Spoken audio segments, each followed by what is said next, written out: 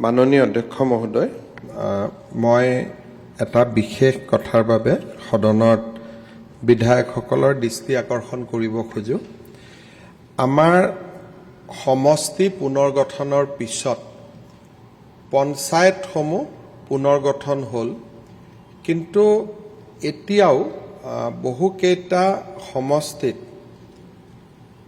Revenue circle সমষ্টি ভিত্তিক হোৱা নাই আৰু আমাৰ বহুত ক্ষেত্ৰত দেখা যায় যে এটা সমষ্টিৰ ৰেভিনিউ চাৰ্কল বা ৰেভিনিউ ভিলেজ আন এটা সমষ্টিৰ লগত জড়িত হৈ আছে আৰু কৰবাত আন এটা জিলাৰ লগতো জড়িত হৈ আছে আৰু কিছুমান সমষ্টিত ৰাজহ চক্ৰ নাই। তাৰ পৰিপ্ৰেক্ষিততো ই কাষৰ সমষ্টিসমূহৰ লগত সংলগ্ন হৈ আছে। আজি আমি বিটিচিৰ ক্ষেত্ৰত এক্সাৰচাইজটো কৰা নাছিলোঁ, কিন্তু আন 105টা সমষ্টিৰ ক্ষেত্ৰত আমি এক্সাৰচাইজ কৰিছিলোঁ। এতিয়া উদাহৰণ হিচাপে মই 2-3টা ক'ব খোজো। যেনেকৈ দুধনৈত আমাৰ বালিজানা ৰেভিনিউ চাৰ্কুল আছে, কিন্তু তাতে গোৱালপাৰা পূব সমষ্টিৰ গাঁওসমূহো জড়িত হৈ আছে। ঠিক তেনেধৰণে বৰক্ষেত্ৰীত আমাৰ এখন পঞ্চায়ত সৰ্থেবাৰী বা বৰপেটা সমষ্টিৰ লগত জড়িত হৈ আছে। তেনেকৈ আমাৰ টিংখঙৰ গাঁও নাহৰকটীয়াৰ লগত জড়িত হৈ আছে। সেইবাবে আজি আমি এটা প্ৰথম পৰ্যায়ত এটা এছেছমেণ্ট কৰি জিলা উপায়ুক্তসকলক মই 2 দিনৰ ভিতৰত আমাক প্ৰস্তাৱ পঠাব কৈছোঁ যে কোনো সমষ্টিৰ গাঁও যাতে MLA এৰিয়াৰ বাহিৰত নাথাকে। আৰু মই উদাহৰণ দিব পাৰোঁ, যেনেকৈ গোলাঘাট সমষ্টিৰ বহুকেইখন গাঁও দেৰগাঁও সমষ্টিত আহিছে, কিন্তু ৰেভিনিউ চাৰ্কলটো এতিয়া গোলাঘাটতে আছে। তেনেকৈ তিতাবৰৰ পুৰণা 10খন গাঁও গোলাঘাট জিলাত আহিলে সমষ্টি গোলাঘাট, কিন্তু ৰেভিনিউ চাৰ্কল এতিয়াও তিতাবৰৰ লগত সংলগ্ন হৈ আছে। সেই তাৰ পৰিপ্ৰেক্ষিতত ডিচিসকলক আমি এটা নিৰ্দেশ দিছোঁ যে ৰেভিনিউ চাৰ্কল আৰু LAC টাৰ্মিনাছ হ'ব লাগিব, যাতে কোনো MLA নিজৰ সমষ্টিৰ বাহিৰত যাব নালাগে ৰেভিনিউ চাৰ্কুলৰ কাৰণে। আৰু তাৰ যেনেকৈ মই আজি চাইছিলোঁ ডিমৌ সমষ্টিৰে কিছু গাঁও জড়িত হৈ আছে চৰাইদেউ জিলাত, কিন্তু ডিমৌ পৰে শিৱসাগৰ জিলাত। আজিৰ পৰা আমাৰ ডিচিসকলে এই এক্সাৰচাইজটো কৰিব। আমি ক'তো ৰেভিনিউ চাৰ্কুল উইড্ৰ নকৰোঁ। ক'ৰবাত যদি 3টা আছে 3টাই থাকিব, 2টা আছে 2টাই থাকিব, মাত্ৰ গাঁওবিলাক ট্ৰান্সফাৰ হ'ব। এক মিনিট মুখ্যমন্ত্ৰীয়ে কথা কৈ থাকিলে ইউজুৱেলি মানুহে মাজত মাত নিদিয়ে। তাৰপিছত এতিয়া তাৰ পৰিপ্ৰেক্ষিতত আপোনালোকৰ যদি কিবা বক্তব্য থাকে আপোনালোকে ডিচিসকলকো দিব।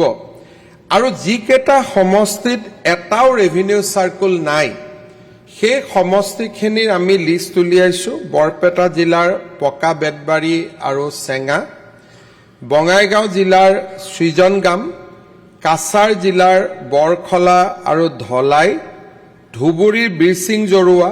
এতিয়া যদি চাউথ চালমাৰাত কিবা ইয়াৰ গাঁও আছে, এইখিনিও ধুবুৰীলৈকে ট্ৰেন্সফাৰ হ'ব।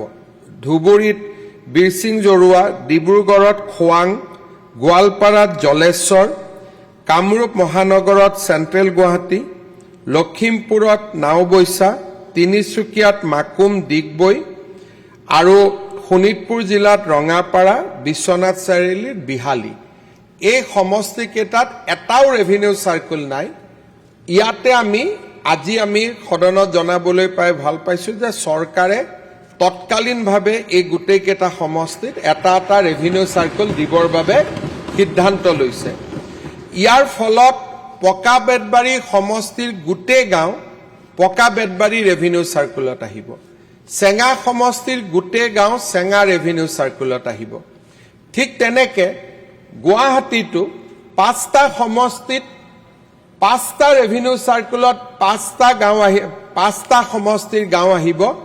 কোনো সমষ্টিলৈ অভাৰলেপিং হ'ব নোৱাৰিব এই এক্সাৰসাইজটো কৰাৰ পিছত কিছুমান সমষ্টিৰ কিছুমান ৰেভিনিউ সাৰ্কেল বহুত ডাঙৰ হৈ যাব আৰু কিছুমান সমষ্টিত কিছুমান ৰেভিনিউ সাৰ্কেল বহুত সৰু হৈ যাব তাৰ পিছত আমি নেক্সট এক্সাৰসাইজটো কৰিম যাতে সমষ্টিৰ ভিতৰতে সমানুপাতিকভাৱে গাঁওসমূহ প্ৰতিটো ৰেভিনিউ সাৰ্কেলত ভগাই দিয়া যায় আমি কোনো সমষ্টিৰ পৰা কোনো ৰেভিনিউ সাৰ্কেল উইথড্ৰ নকৰো কিন্তু তাৰ পিছতো জোনাইৰ দৰে সমষ্টিত আমাক ৰেভিনিউ সাৰ্কেল আৰু ক্ৰিয়েট কৰিব লাগিব গতিকে সেই পজিশনটো আমি নেক্সট ব্যৱস্থাত লম যেনেকৈ সমৰিয়াৰ গোটেই গাঁওবিলাক গৰৈমাৰীলৈকে গুচি যাব কাৰণ সমৰিয়াত এতিয়া এটাই ৰেভিনিউ সাৰ্কেল আছে সমৰিয়া ৰেভিনিউ সাৰ্কেল বকুত আছে কিন্তু পৰৱৰ্তী সময়ত গৰৈমাৰীৰ লগতে আমি সোণতলিটো এটা ৰেভিনিউ সাৰ্কেল ক্ৰিয়েট কৰি দিম যাতে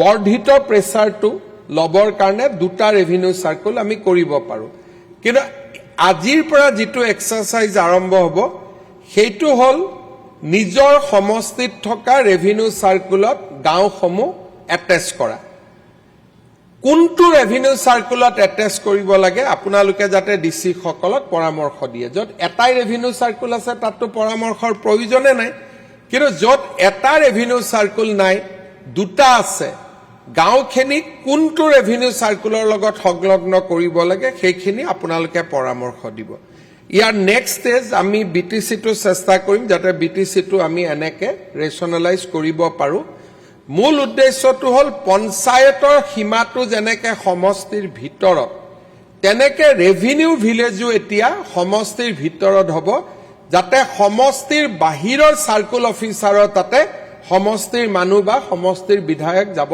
নালাগে বানপানীৰ পৰিপ্ৰেক্ষিতত এটো খুব ইম্পৰ্টেন্ট কাম সেইকাৰণে আমি এই সপ্তাহতে প্ৰথম পৰ্যায়টো শেষ কৰিম দ্বিতীয় পৰ্যায়ত সমষ্টিৰ ভিতৰত গাঁও ভগোৱা কাম আৰম্ভ কৰিম আৰু দ্যাট প্ৰসেছত যদি কৰবাত আমাক নতুন ৰেভিনিউ সাৰ্কেল লাগে আমি ক্ৰিয়েট কৰাৰ ব্যৱস্থা কৰিম মই ভাবিছো যে কথাখিনি মই সদনক জনাই থৈছো কাৰণ কালিৰ পৰা সদন 7 দিন নাথাকিব আৰু এই 7 দিনতে এই কামখিনি আমি শেষ কৰিম মই পুনৰ এবাৰ এটো নিশ্চিতভাৱে আমাৰ বহু কেজন বিধায়কৰ বাবে এটো এটা ভাল খবৰ কোনেও দাবী কৰা নাছিল আমাৰ এতিয়া কোনোবা নাওবৈছা সমষ্টিতে জেপি দাসে কৈ দিব যে মই দাবী কৰা কাৰণে কৰিলে এইবিলাক কথা যাতে কোনেও নকয় কাৰণ মই জানো যে আমি কৰি দিয়া কামবিলাক পিছত কোনোবাই কয় যে ৰাইজে দাবী কৰিছিল বহুত জায়গাত মই ইমান দিন ৰাজনীতিত থাকো কতো ৰাইজৰ দাবী নুশুনো আমি নিজে নিজে গৈ পেলাই মেডিকেল কলেজ দিও পিছত কয় যে নহয় এইটো ৰাইজেও দাবী কৰিছিল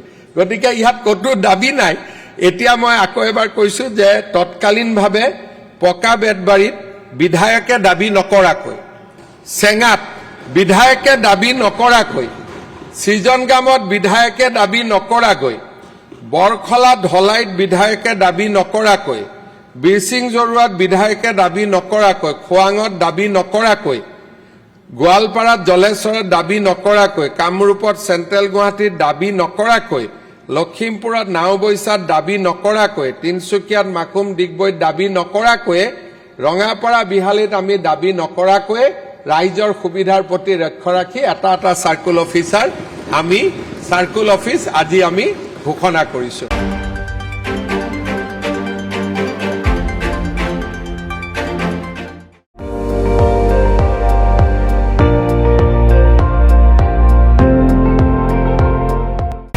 আপুনি চাই আছে ND24 সৰ্বশ্ৰেষ্ঠ নহয় সৰ্বোত্তমৰ দৌৰত